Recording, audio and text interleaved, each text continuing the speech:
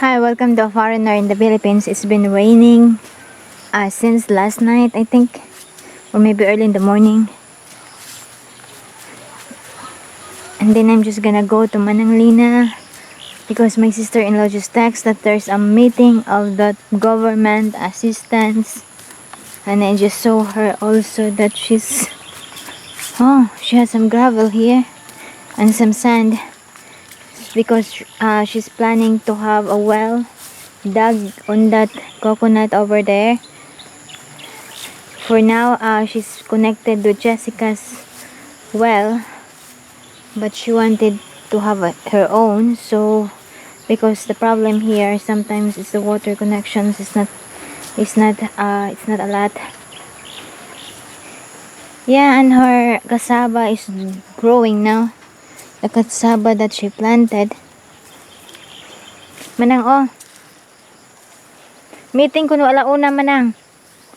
Sa Pantawid.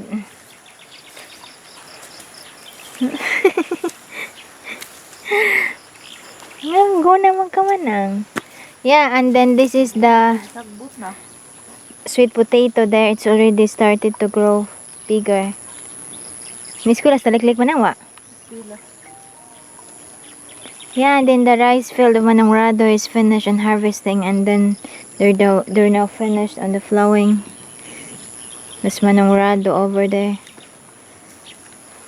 So in the first week or second week of the next month, they're gonna start planting rice again. So far the sweet potato of Manang Lina's here is growing now. The cassava, half of the cassava that I planted is also growing. And then this is the ampalaya that she's planted here. She's already put some string so that the leaves, the branch of the papalia, I don't know what's the English of that, will go on this, you know. So there's some flowers now. So possible in the next couple of days, weeks, she's gonna eat what she planted.